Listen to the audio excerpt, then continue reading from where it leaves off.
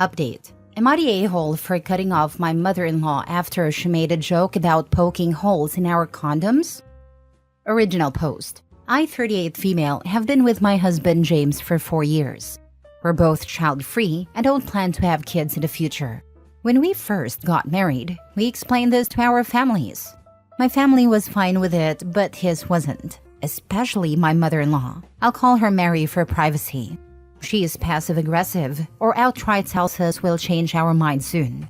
For example, she'll say things like, "I can't wait to be a grandma," even though we've made it clear that we don't want children. If we try to respond, she just pretends not to hear us. This has made me very uncomfortable, and I've told my husband multiple times, but he just brushes it off, saying she'll accept it eventually. However, things came to a head recently.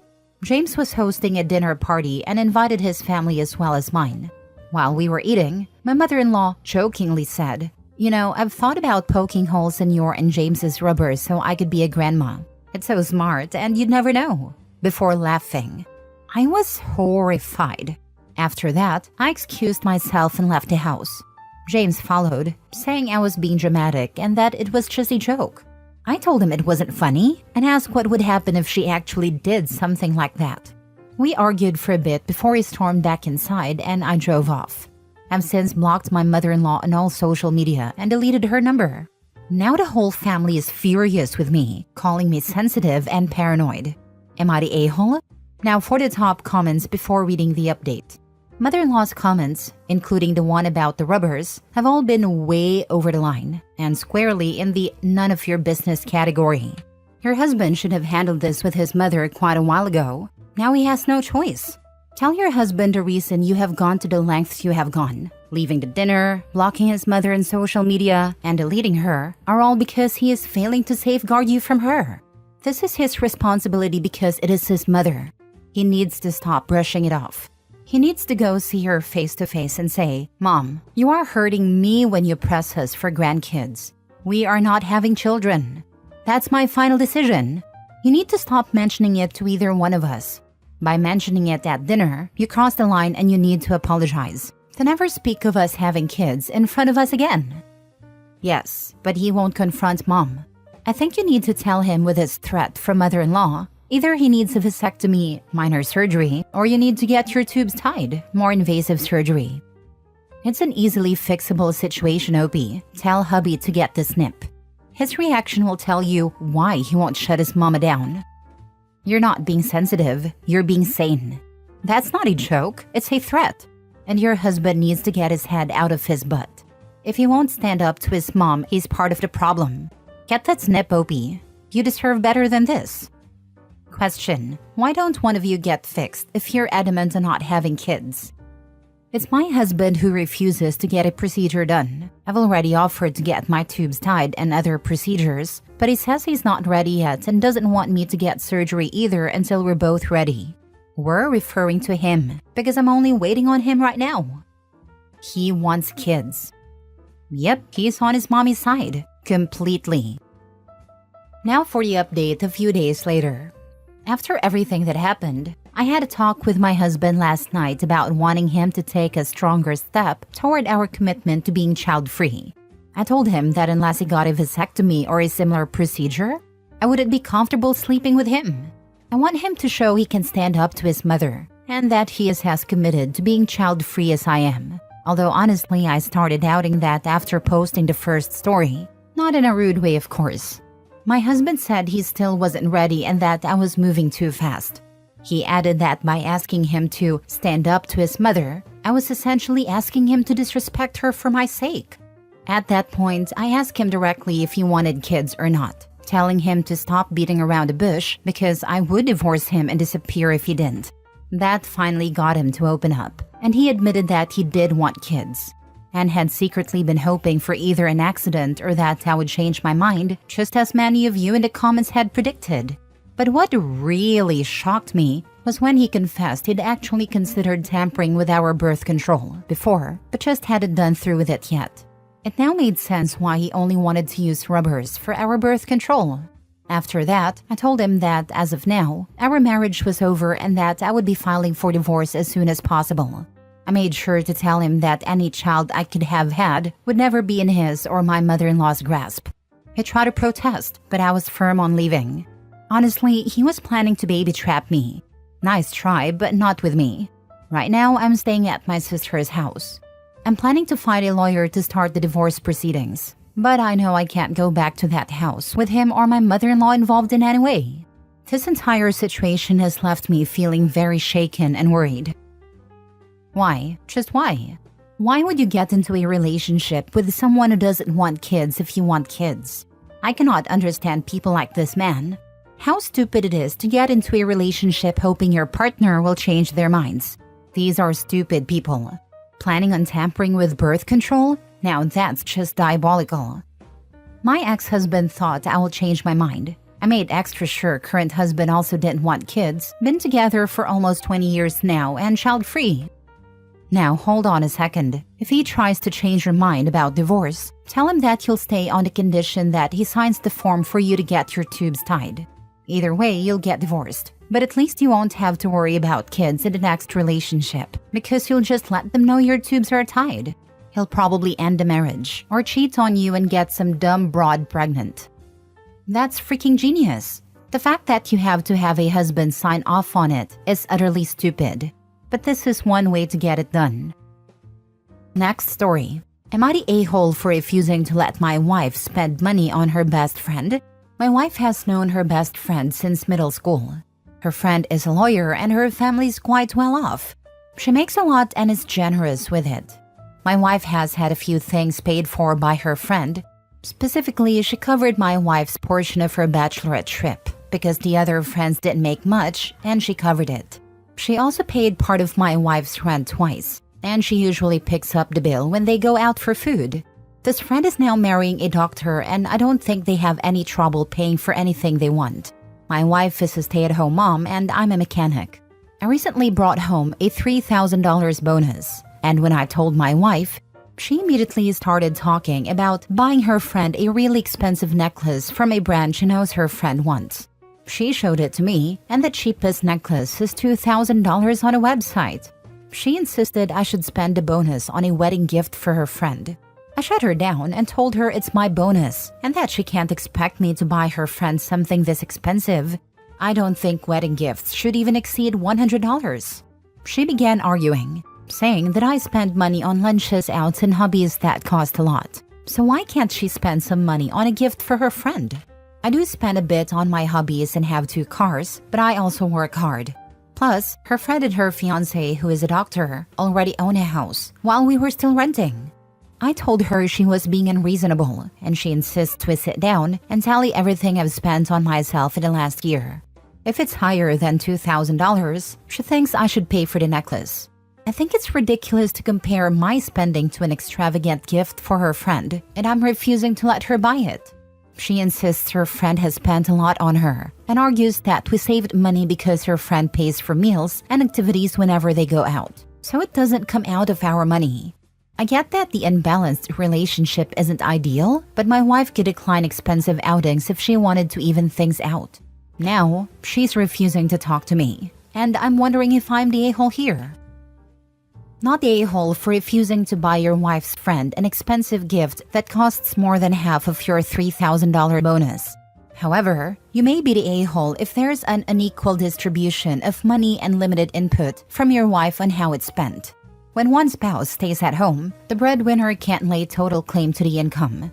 It's not my money versus our money. Supporting a stay-at-home spouse requires more than just covering basic needs, while unilaterally spending on hobbies and multiple vehicles, especially if you're also frustrated about renting instead of owning.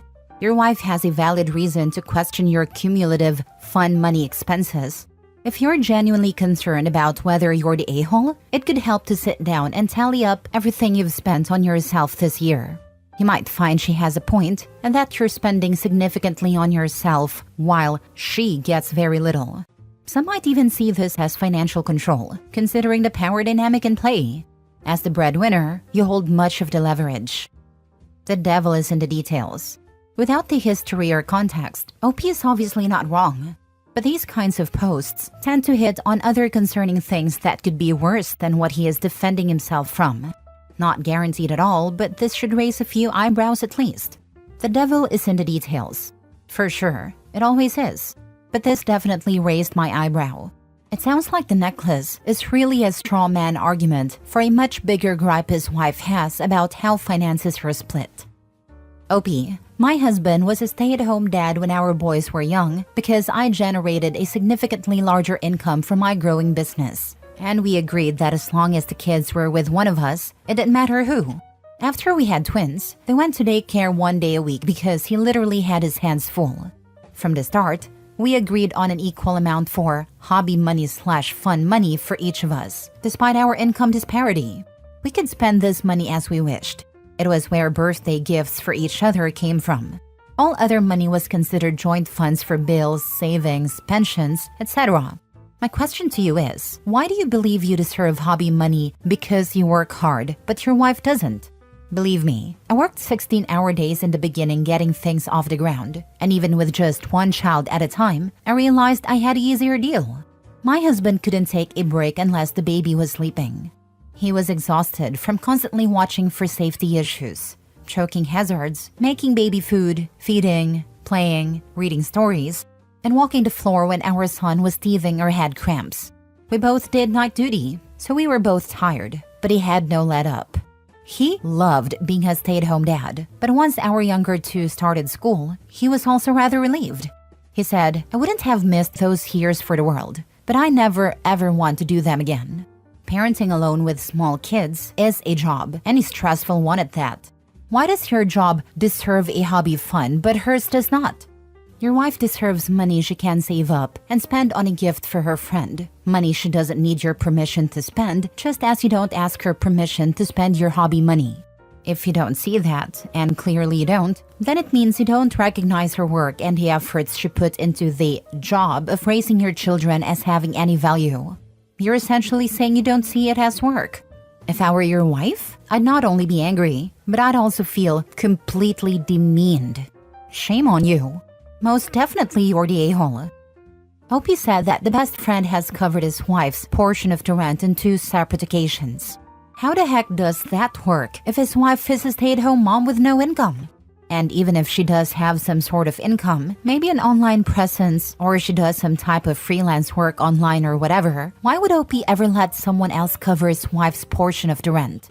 It makes 0 sense. 100% agree that the Opie is the a-hole. Every single element of this post, and OP's reply just reek of it. Last story. Am I the a-hole for not wanting my disabled cousin at my wedding? I, 26 female, am getting married soon to my amazing fiancé Liam, 30 male, and I'm struggling with whether or not to invite my cousin Tom, 29 male. Tom has a developmental disability, and while he is almost 30, he has the intellectual capacity of about a 7-year-old. I've always tried to be patient and understanding, but he has consistently crossed physical boundaries with me in ways that make me really uncomfortable. I've always been an early bloomer and have a larger than average chest. Because of the sports I did in high school and continue to this day, I would say I'm in good shape. I only mention this because it's often the reason my family uses to justify Tom's behavior. Over the years, Tom has touched my chest and butt quite a few times. He's also hugged me tightly and tried to kiss me, and even though I immediately told him to stop each time, it never seems to stick. He tells his caretakers, nurses, and even live-in caregivers that I'm his girlfriend. He doesn't like Liam because he insists Liam isn't my fiancé, believing instead that he is my boyfriend. Tom also talks about how he will marry me. It kind of feels like when a little kid tells their parent they're going to marry them, but it's still very uncomfortable. I've brought this up with my family, but they always downplay it, saying Tom doesn't understand and that he's just showing affection. The excuse they most often use is, he's a little boy in a man's body, and you're a conventionally attractive woman. When I told my mom how uncomfortable it makes me, she said it probably entertained his behavior too much, and that is harmless. She insists I should just be firm, but anytime I've tried, the family accuses me of being mean to him. With my wedding coming up, I want the day to be relaxed and special without constantly worrying about Tom overstepping boundaries. When I told my family that I was considering not inviting him, they were outraged. They said I was being unfair, cruel, and that he'd be devastated not to come. My mom even said it would ruin his day and make it obvious that he's different, which she thinks is heartless. I understand that Tom can't help certain behaviors, but I feel like my family has completely ignored my feelings on this. They always brush off my discomfort and say it's my responsibility to manage it, or that he doesn't know any better. But it's my wedding, and I don't want to be on edge the whole time. Liam says I have every right not to invite him, especially because of how he treats both of us, as though our relationship isn't real. Still, I wonder if I'm being too harsh or unkind, since Tom isn't fully aware of boundaries and doesn't really know what he's doing is bad or harmful, especially because his parents and other family members encourage it. Am I the a-hole? Not the a-hole. If he is a little boy in a man's body, there should be no problem finding someone to look after him. The fact they say you probably entertain him and that this would ruin his day is a hill I would die on. It's not his day, and they have been enabling his behavior for too long. If he can't help his behavior because of his disability, he should have a caretaker that looks after him. He does have caretakers. And my family doesn't like my fiancé because he stepped in between me and my cousin and yelled at him until he cried. You should have eloped. It sounds like the only one on your side is your fiancé. My grandparents are supportive. Both of them are in their late 70s and I didn't elope because they wanted to watch me get married. My grandfather is walking me down the aisle and I'm wearing my grandmother's wedding dress. Can you take your grandparents with you when you elope so they are part of your special day? It sounds like you care too much about people who don't care about you. Make it a special day with your grandparents and forget everyone else. This could also keep you from wasting a ton of money on an event that is just going to make you anxious. My grandparents couldn't stop Tom, but he isn't allowed in their house. I think the first time I saw my granddad cry was the day that I told him Tom had been touching me. I was 13, and he just held me and apologized over and over for not noticing. My grandma has threatened to go after Tom with a rolling pin if he comes in her house again. They're the only two family members who have never made excuses for him. The thing is, both of them are unable to travel long distances.